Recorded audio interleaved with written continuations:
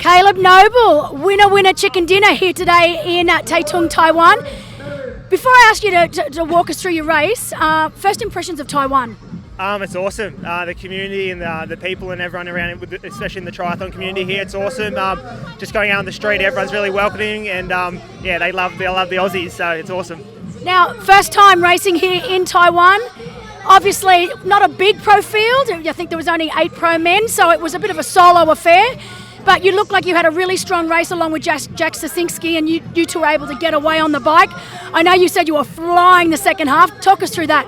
Yeah, so me and Jack sort of swam side by side. We sort of pushed it a bit, the breakaway. There was a few staying with us, but we made sure we came out of the water 1 and 2, and then I got onto the bike and I felt really good. We sort of averaged about 44 going out, and then a massive tailwind coming home. So all I kept thinking of was we're going to go sub 2 and maybe the bike course record, but I actually dropped my chain with a couple of K to go, so I had to stop, and I let Jack went away, and then I rode up to Jack again and caught him, and the bike was awesome, and then getting off, and it was really hot.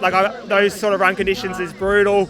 I just sort of kept saying to myself, just sort of hang on, and I'm always getting seconds and thirds, so it feels good to get a win. Now the bike course, it's been a long time. I think I was last here in 2014, but I do remember the bike course being really, really beautiful. You know, obviously it's an out and back course. You go out along the ocean, but you come back on the higher road.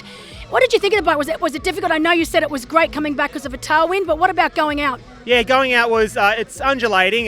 There's good, plenty of aid stations, so you sort of get a lot of support there. And I guess mentally you just sort of got to make your way to that turnaround. And then we sort of knew going out that we had a massive tailwind coming home, so it was always going to be quicker. So.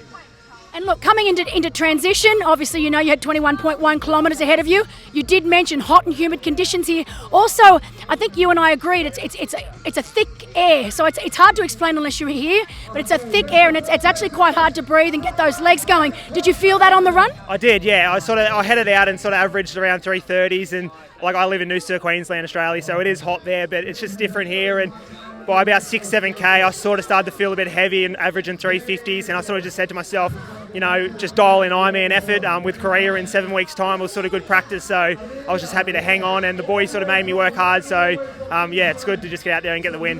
Now that run course, I know I was on the back of on a moped, and it sort of twists and turns. You've got a couple of dog legs out and back, and it can be a little confusing. Was there any section of the run where you thought, far out, the wheels are starting to fall off? You knew you had a solid lead, but you know as well as I do, it ain't over till it's over. So was there any sections where you felt that you really had to concentrate to keep it together? Yeah, that second sort of loop, when you sort of head out sort of 3k and turn around, it's just really quiet and exposed and nothing's out there, so you sort of just got to mentally switch on and just focus and sort of not give up. But overall, plenty of aid stations, I think every 2 kilometres, so you made sure you sort of just stopped, got your hydration in, and it was awesome. Brilliant. Well, congratulations. You're a legend, mate.